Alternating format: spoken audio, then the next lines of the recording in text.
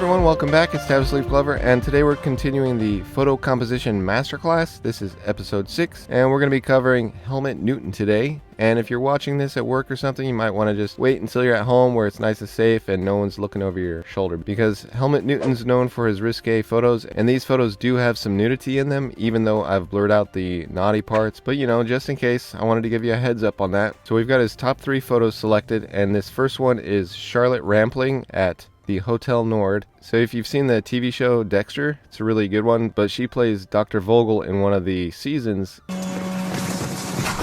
Dexter, please. What is it you want? Please, let go.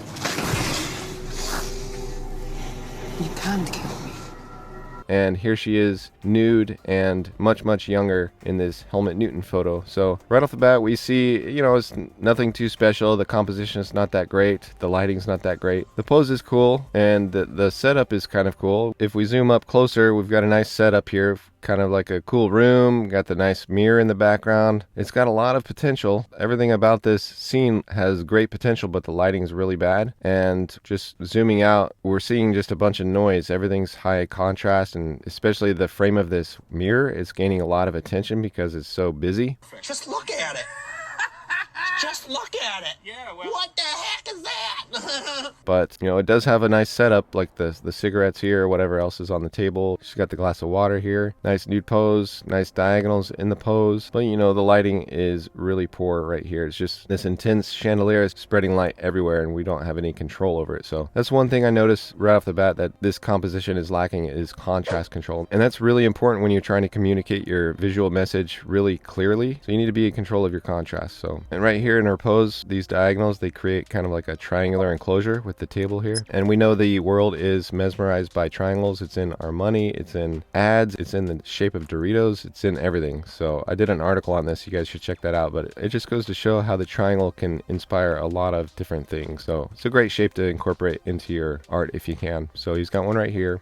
It's also creating one right here in this pose right here. Triangular enclosure here. Would be better if he had like a coincidence right here. Some type of linear movement connecting the dots to close this triangle here. But either way, the diagonals he's capturing are really nice. So that's one thing that separates dynamic symmetry from rule of thirds. Like, dynamic symmetry helps promote diagonals, while rule of thirds, you know, you have these straight horizontal and vertical lines, which is pretty boring. The pose also has this arabesque coming around right here. See it coming around this way. So that's nice. The flow of the mirror has an arabesque coming up to her hair right here, and then coming around this way. Nice little flow there. So let's take a look at the edit, and I'm going to show you some ways that you can, you know, kind of help control the contrast in some of your own images if the lighting's a little out of control. You know, it's best to capture it on location, be in control on location. But if you find when you're looking at your images, you know, some things got out of hand, you can go into Photoshop and try and control it. But what I did here is I just used a brightness and contrast layer. Turn the contrast all the way down. The brightness is lowered also, just to control the background noise, and then bring more attention back onto the model. So I can turn it on and off here. You can see she pops out a little bit more on that busy background, and I'll show you what that mask looks like. I just soloed out her, and then I painted in some of the chandeliers so we don't have just like dark lights, you know, some of the lights coming through. Then I did another one just to bring more contrast back to this area here. And then I added a vignette. This one controls the outer edge of the image, and then another one controls the inner edge just a little bit more. So that's the before and after right here. So it's contrast everywhere, just so busy. At first glance, you want to kind of identify what's going on, and you don't want the viewer to struggle to understand what's going on in the scene. So that's why we need to control the contrast. So when we turn on this edited version, we can definitely see that the model stands out a little bit better, and we understand what's going on in the scene a little bit better. So just a quick edit, and you can adjust it, you know, more or less with the opacity, but you know, it's up to you, it's up to your taste, but definitely want to control the contrast. See, you were doing this and this. The head goes this way normally, and the hips go that way, and then it goes this way. But you did that once and was great looking. Try again? Yeah, Here we let's go. go. Here we go. Shh. Action.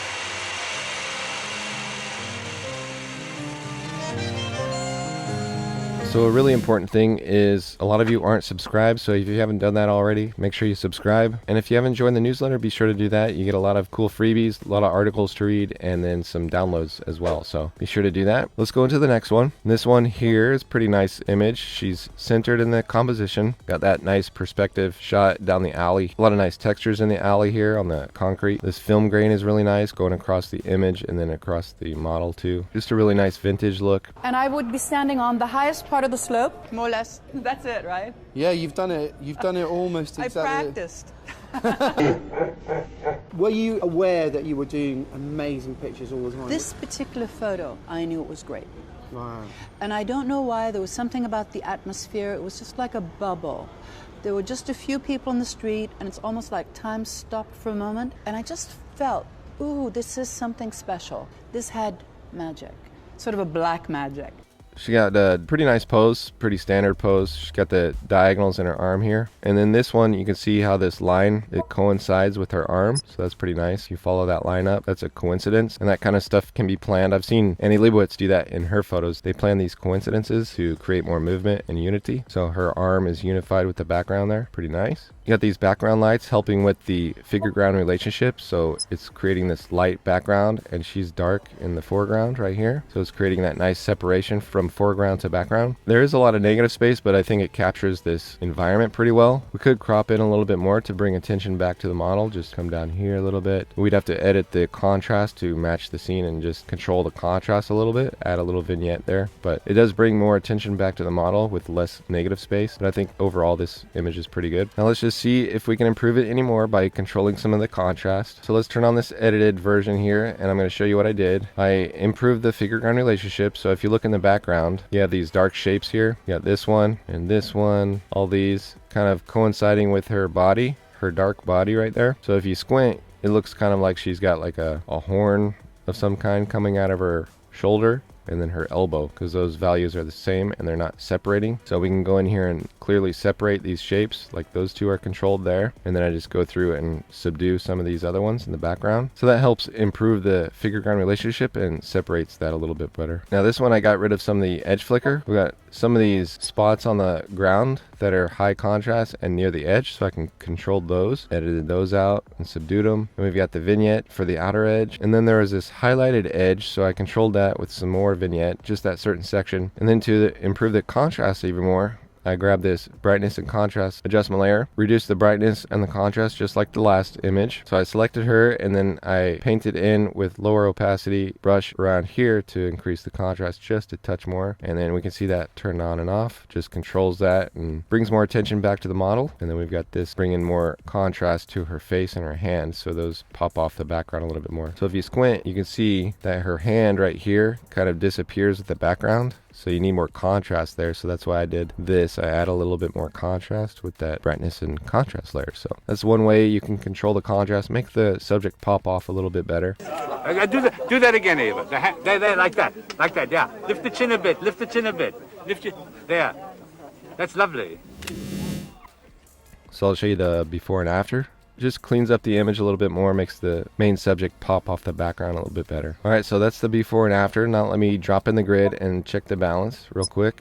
Rotate this, enlarge it, inverse it, and then set it to screen. Okay, now if we draw the vertical and horizontal center lines, we can see she's completely centered. Her gazing direction is going from the center to the left, so that's adding more attention over here and then towards this cigarette she's holding, which is good. Okay, we got all this interest in the background, which adds weight on the right side, but her gazing direction is adding more weight onto this left side, which is good because there's a lot more negative space over here, not a lot of interesting things on this side. So her gaze helps direct the attention back over here, which helps the balance. So that's a nice image. And if we take a look at this, we can see that her arm is paralleling this diagonal here. So I'm just going to move the grid up so you can see it real quick. So it's paralleling this diagonal right here. Pretty nice. And if you use the grid on your LCD, you could probably position yourself to lock in these diagonals and parallel those as well within the scene, and then incorporate it in the model's pose. Like right here, you can see it's paralleling that diagonal right there, almost locking in. But that's the dynamic symmetry. Now let's go to this next one. This one's definitely not safe for work, so you know, I warned you, but I did blur out the naughty stuff. But this is a great image. Posing 4 models together, that's kind of a challenge. Annie Leibovitz does it really well. I've written a couple of articles on her, plus I've got videos here on YouTube. If you haven't seen those, check those out. They're pretty good, and it's amazing how she incorporates a lot of design techniques within her group photos, which are also composites. But this one doesn't look like a composite. It looks like 4 women actually in the same space. And if it was a composite, he could have organized them better to create more visual clarity. But we can see, if we zoom in closer, you always want nice figure ground relationship and separation. And you don't want shapes kissing, like these 2 shapes almost kissing. Okay, you don't want that. You want more separation. Right here, we've got a lot of noise here. Like if you look at her side profile, the values, if you squint, the values of her nose are blending in with this shadow in the background. Same with her lips here, blending in with the background. And then the values of her hand here are light, and it's blending in with this hand in the background. So a lot of visual noise in this area here, which could have been controlled by controlling the light or the contrast, or just having them move a little bit further from each other. And then this overlapping shapes here, this could have been better because it's just like a piece of her arm. It could have been separated better, like maybe have her whole arm show or none of it, okay, instead of that sliver. But it does help create that nice figure on relationship, but would have been better maybe if her arm is a little bit up higher instead of creating this gutter of high contrast on her back there. Also have this piece of leg right here. Say this is a drawing or a painting, you want to organize your shapes a little bit better. And right here we just see a mess of shapes coming together, like these little pieces that are not organized correctly. Like her leg could have been a little bit further this way to hide behind that arm and create this nice shape right here that's clean. Also right here, these shapes here kind of messy, creating some noise here that's not necessary. So all that could have been cleaned up, could have been organized a little bit better to create more visual clarity. This pose is probably the nicest and cleanest right here. This woman right here on the left. Love the diagonals here. This one, got these diagonals. This one here, this one in her arm. This is creating a coincidence down here from her arm to her leg. Pretty nice. So a lot of diagonals, great poses on those. Pretty nice lighting on this woman as well, her face. I would say she's like the main subject, if anything, because this one's turned away, this one's turned away, and this one's turned away from the light. And all the nice pose, the nice lighting is all on this woman, so I would say she's the main subject there. When you photograph a woman dressed in the most beautiful things that people produce, that great designers produce, the most beautiful jewels that you can put on them, prepared by the most expert hairdressers, the most expert makeup men.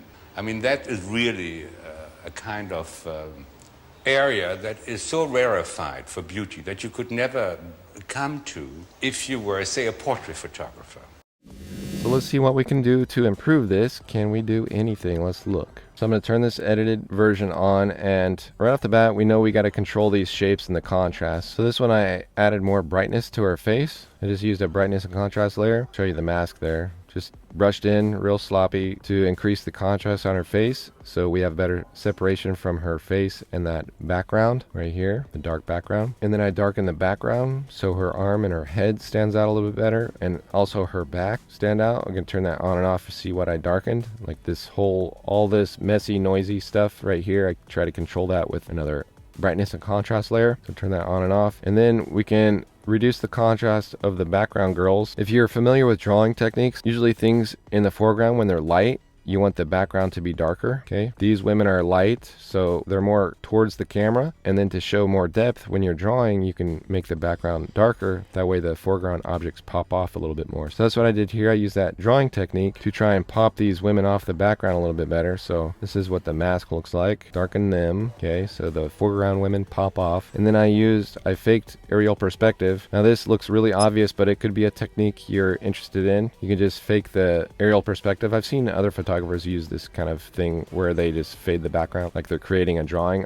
Actually, Annie Leibovitz did this in one of her Star Wars images. I'll pop that up. But she made the foreground subject high in contrast, and then the stormtrooper in the background kind of faded like this to create that aerial perspective and depth needed to separate them from each other. So it's a nice little technique. All I did was create this gray layer, and then I used this mask, same mask, and then I decreased the opacity of it until it looked okay. You can decrease it even more or, you know, make them disappear. But it's up to you. I wanted it to make it look not too fake and kind of stylistic, but still have nice figure grind relationship on all the models. In this one in the background also has an aspect of view, which is nice. The spread limbs of the figure help us identify the shape better, even in silhouetted environments. So in this final edit, visual clarity is way better. I'm even noticing this little sliver of negative space here. It's kind of capturing attention and it's not good right there. So that's just another example of misorganized shapes. A lot of misorganized shapes within this one. So if you're overlapping shapes, just make sure they're organized correctly. All right, so let's put on the grid here. This is the square grid. Let's see how things line up. So we can check the vertical and horizontal center lines. Turn this off here. We can see that he's got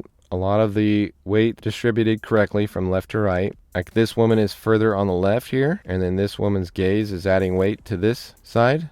Same with this woman. So we've got a lot of weight here, which makes it heavy on this left side, but also their gaze is helping distribute that weight to the right side. So we've got a pretty equal balance from left to right. And I mentioned this visual weight in the Law of Symmetry video for the Gestalt Psychology video collection, so check that out if you can. It's the most in-depth video in the entire collection, and it's full of helpful tips if you're wanting to understand balance a lot better. So let's see the diagonals. One easy way to check if the diagonals are paralleling, you can just drag this grid over here and see if anything's paralleling or locking in. So right here, her forearm, right here, see that? Paralleling that diagonal. And a lot of people say, oh, if you put a grid on the image, something's bound to line up, but this is the thing they're missing. Artists that understand dynamic symmetry, they know that they can parallel these diagonals or lock it in, and it's echoing the geometry within that frame.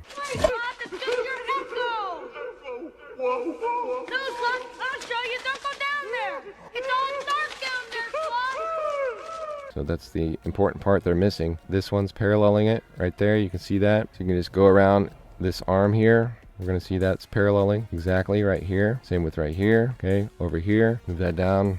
Paralleling there. See if her fingers right here, paralleling the grid there. So Helmut's aware of this geometry and he's trying to echo these shapes. This is gamut when you have repeating diagonals within the scene. This is what master painters do with their paintings. They create this hidden rhythm within the scene. Pretty nice. This one down here, paralleling here. You can see that.